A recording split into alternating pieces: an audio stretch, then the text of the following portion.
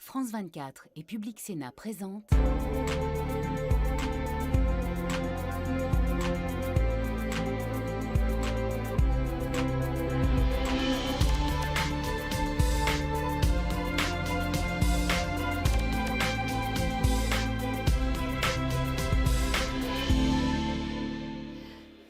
Merci de nous rejoindre depuis le Parlement européen à Bruxelles, dans une Europe qui laisse sur le carreau de plus en plus de citoyens, y compris des enfants touchés par la pauvreté.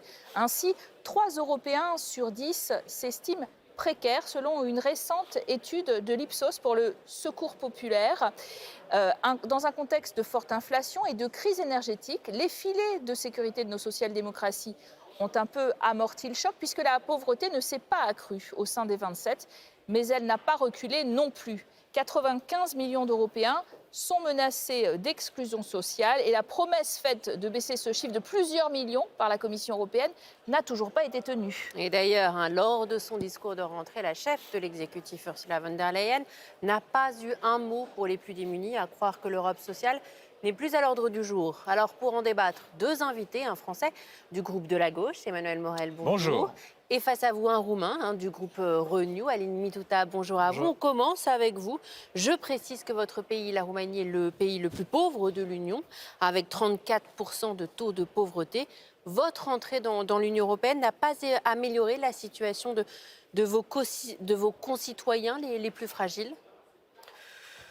Bon, je ne dirais pas que l'adhésion à l'Union européenne n'a pas contribué à augmenter à faire la situation meilleure, mais c'est vrai qu'on a en Roumanie des écarts assez importants entre régions et entre catégories sociales.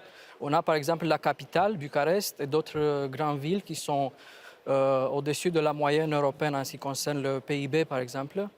Mais on a d'autres régions qui sont vraiment à 50% du PIB de l'Union européenne. Donc on a beaucoup à faire. C'est pour ça qu'on a des fonds européens pour se développer. On a fait des efforts. On est passé de 38% de la moyenne européenne jusqu'à 70%, 70%.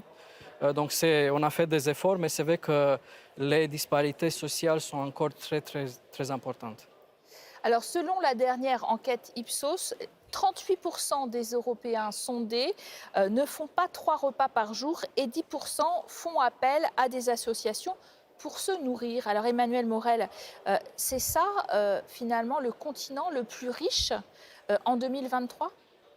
Oui, mais à juste titre, vous avez souligné que Mme von der Leyen n'a même pas parlé de la lutte contre la pauvreté. Pourquoi ? Parce que ce n'est pas son sujet. Et la vérité quand même de l'Union européenne telle qu'elle est vécue aujourd'hui par les gens, ce n'est pas l'Europe sociale dont vous parliez, qui est dans les programmes mais qui ne se réalise jamais. Ce qui doit être respecté avant tout pour les dirigeants, pour la Commission, c'est la concurrence.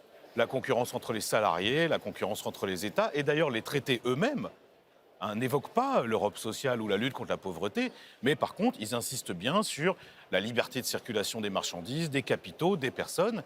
Et puis ce qui s'est passé, notamment avec l'élargissement aux pays de l'Est, c'est que plutôt d'essayer d'harmoniser socialement les conditions de vie des salariés européens, eh ben, on les met en concurrence encore plus.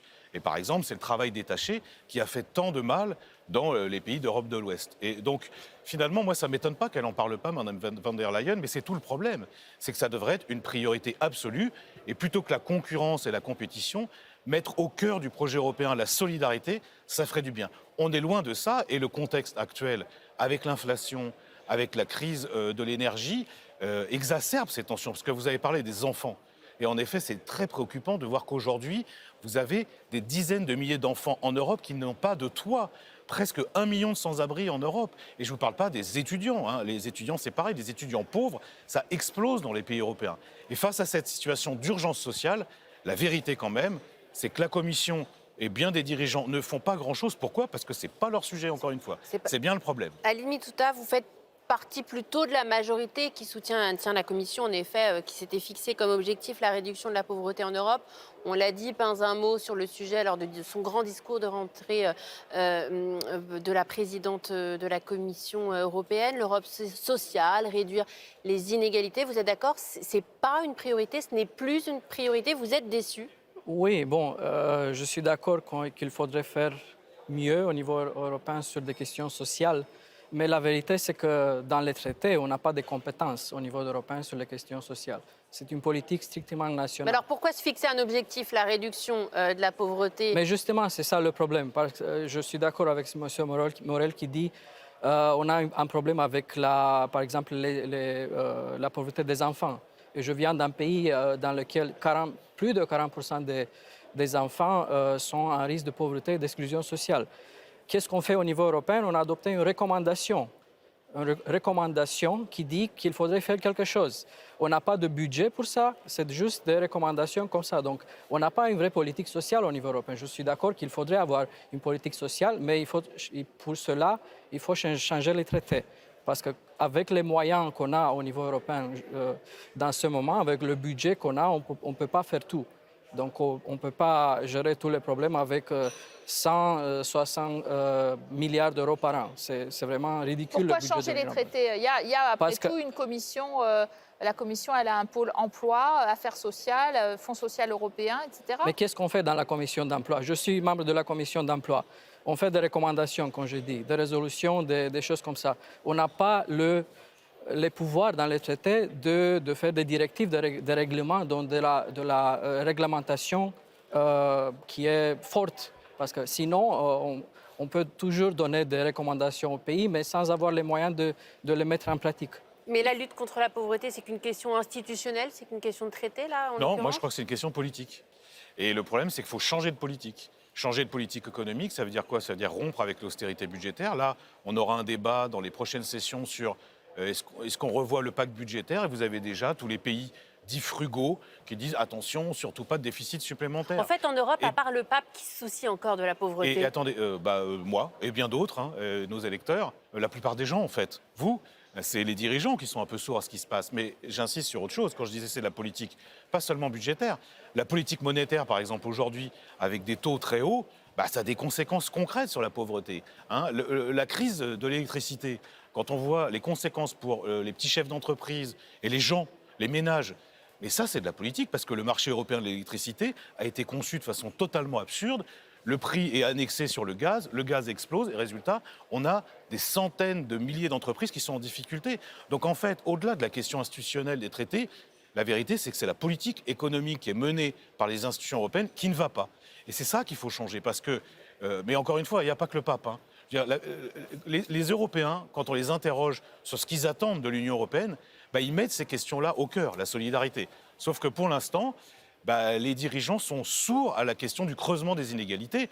Et d'ailleurs, j'insiste parce qu'on parle de la pauvreté, mais on pourrait dire aussi qu'au même moment, il n'y a jamais eu autant de riches, de milliardaires et de millionnaires dans l'Union européenne. J'ai envie de dire précisément, pour réagir à la crise du Covid, pour réagir à la crise énergétique, on a beaucoup soutenu les entreprises. On a dit qu'il fallait de la croissance, de la croissance, de la croissance. Est-ce qu'il ne faut pas revenir, vous êtes quand même du parti Renew au centre de l'échiquier, sur un dogme libéral qui voudrait qu'avec la croissance, on sort les gens de la pauvreté, parce que finalement, on peut avoir de la croissance et ne jamais les sortir de la pauvreté. Bien sûr. Oui, c'est ça, c'est ce qu'on fait en fait, avec les moyens qu'on a au niveau européen.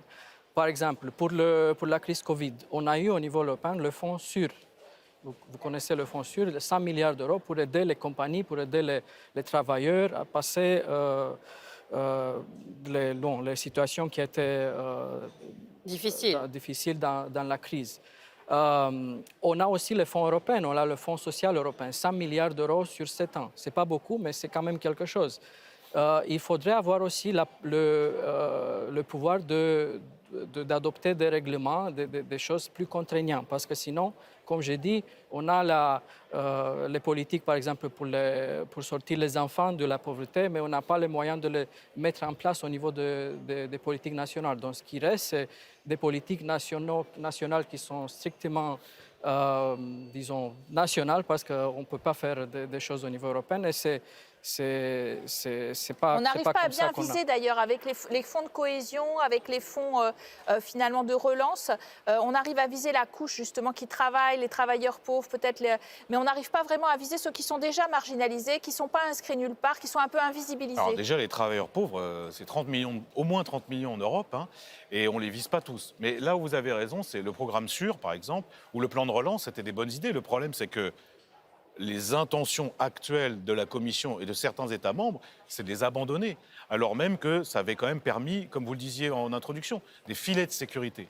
Mais la vérité, encore une fois, c'est qu'il faut en faire des priorités politiques. Moi, je crois, vous parliez de la Commission emploi, elle a quand même un rôle, la Commission emploi, quand elle s'est saisie du sujet de l'ubérisation des travailleurs des plateformes, elle a quand même produit du texte.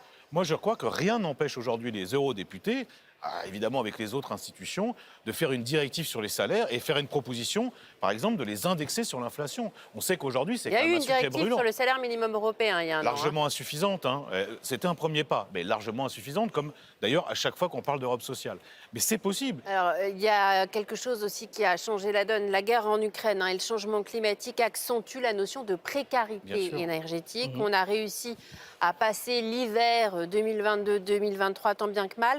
Celui qui arrive là, c'est l'hiver de tous les dangers, d'autant plus que les gouvernements disent ne plus avoir d'argent pour aider les plus démunis. Vous craignez cet hiver et notamment cette précarité énergétique qui accentue encore plus la fragilité des plus pauvres? Je dirais pas seulement cela, mais il y a aussi le problème des augmentations des prix aux aliments. Et nous, dans les pays de l'Est, on voit très bien ça. Ce qu'on fait au niveau européen, c'est par exemple de donner de l'argent, par exemple par le biais de la politique de cohésion, pour contribuer par exemple à la facture de l'énergie.